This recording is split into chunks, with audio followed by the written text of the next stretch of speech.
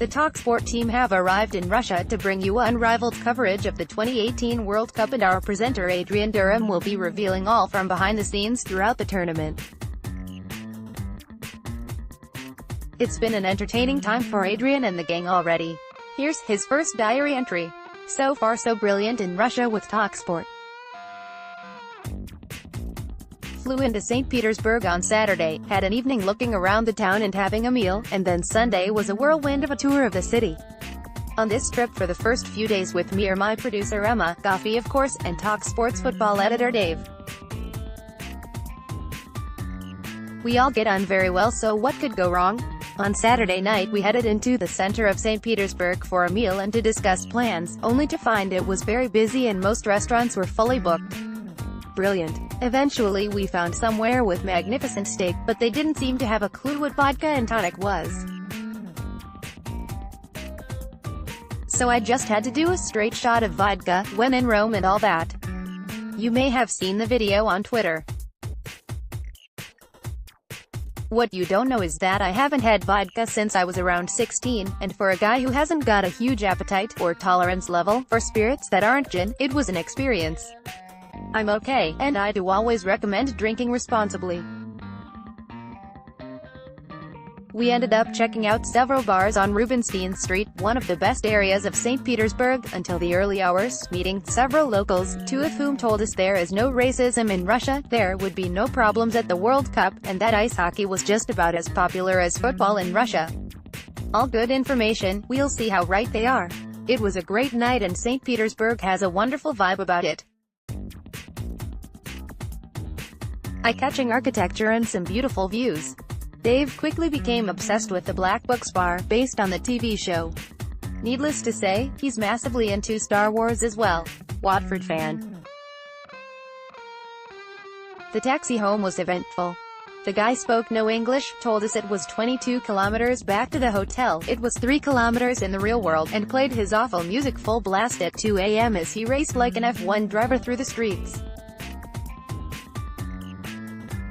We steered him in the right direction, but fans coming to Russia should watch out.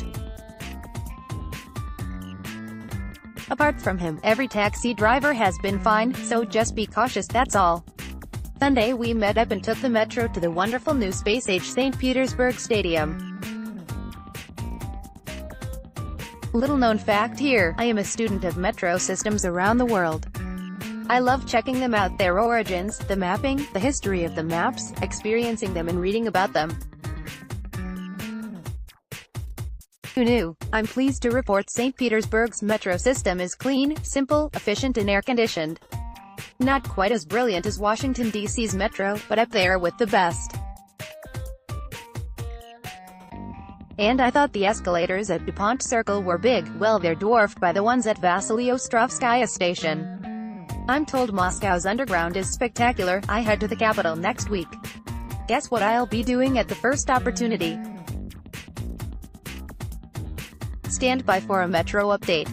Stadium was nearly 10 years late, and massively over budget, but it is awesome. It's right by the river, and with the sun out and a cool breeze, it was beautiful. First game here is Friday when Morocco take on Iran.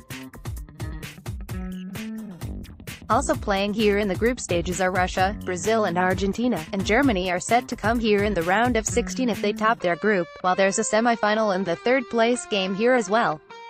Nice place, it's even got a helipad.